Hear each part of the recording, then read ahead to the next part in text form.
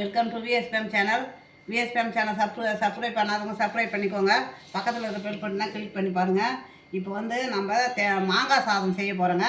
அதுக்காக ஒரு மாங்காய் எடுத்து துருவி வச்சுருக்கிறேன். ஒரு கப்பு சாதம் வச்சுருக்கிறேன். அதுக்கு இப்போது நம்ம நெல்லெண்ணெய் ஊற்றிக்கணுங்க.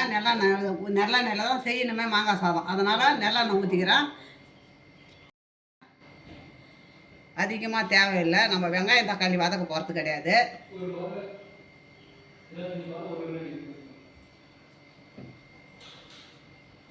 எண்ணெய் கொஞ்சம் சூடு ஏறட்டும். எண்ணெய் சூடு ஏறினோடனே கடுகு உளுத்தம்பருப்புலாம் போட்டு தாளிச்சிக்கலாம். வெறும் தாளிப்பு மட்டும்தான், வெங்காயம் தக்காளிக்கு வேலையே கிடையாது.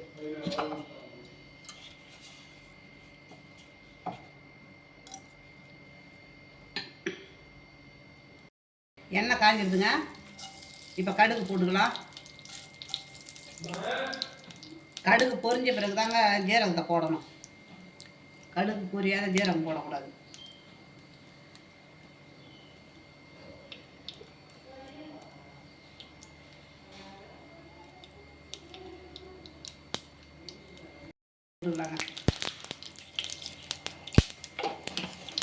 ஜீரகம் இப்போ என்கிட்ட இருக்கிற கடலைப்பருப்பு உளுத்தம்பருப்பு எல்லாம் ஒரு 2 ஸ்பூனு உளுத்தம்பருப்பு. இது நல்லா வறுபடணும். நம்ம தேவைப்பட்டால் வறுகடலை போட்டுக்கலாம், நிலக்கடலை போட்டுக்கலாம், எதை வேணாலும் போட்டுக்கலாம். முந்திரி பருப்பு போட்டுக்கலாம்,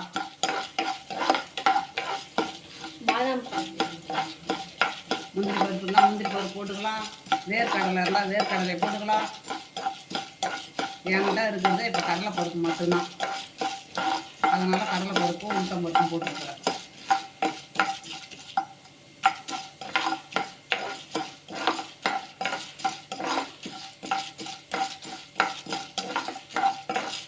இப்போ இந்த கடலைப்பருப்பும் உளுத்தம்பருப்பும் நல்லா சேவரணும்.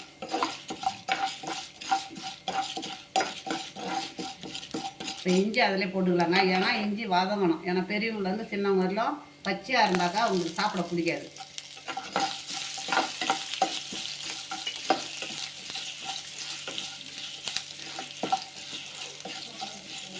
இப்போ இதில் வத்த மிளகாய் போட்டுக்கலாம்.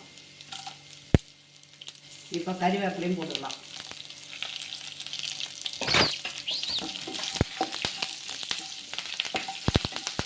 வத்த மிளகாய் கறிவேப்பிலை போட்டாச்சு.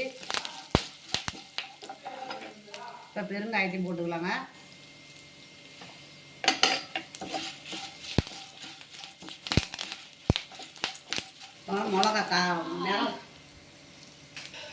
மிளகா நேரம் மாறணுங்க. வத்த மிளகா நேரம் மாறிடுச்சுன்னா மாங்காய் கொட்டிக்கலாம். இப்போ இதில் கொஞ்சம் மஞ்சத்தூள், ஏன்னா மேலே போட்டால் பச்சை மஞ்சள் வாசனை அடிக்கும்.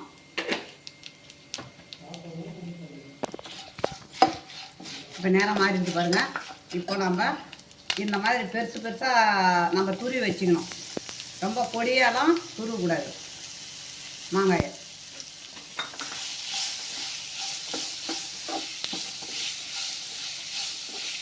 சும்மா ரொம்ப வதங்கக்கூடாதுங்க. ரொம்ப மீடியமாக வச்சுக்கணும். நம்ம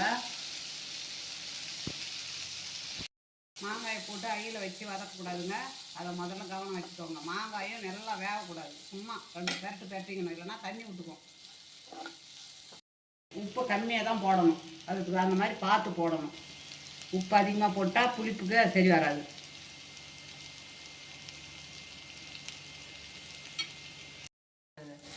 ரெண்டு நிமிஷம் அப்படி போட்டு மாங்காயை அப்படி பெரட்டினா போதும். இப்போ நம்ம சாதத்தை கொட்டிக்கலாம்.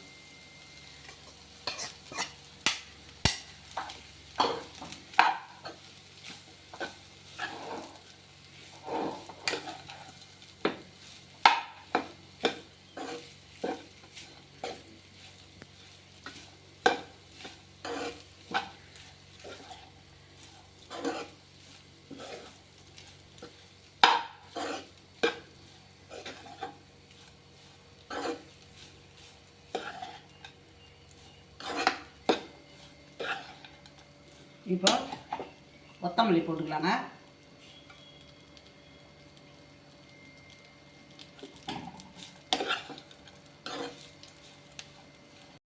சாதம் ரெடி ஆகிடுதுங்க. இதுக்கு சைடிஷாக கருணக்கிழங்கு தொட்டுக்கலாம், உருளைக்கிழங்கு வறுவல் வச்சுக்கலாம், உருளைக்கிழங்கு சிப்ஸ் வச்சுக்கலாம், வாழைக்காய் சிப்ஸும் வச்சுக்கலாம், எது வேணாலும் வச்சுக்கலாம். இப்போ என்கிட்ட முட்டை மட்டும்தான் இருக்குது, அதனால் முட்டை வச்சுருக்கிறேன்.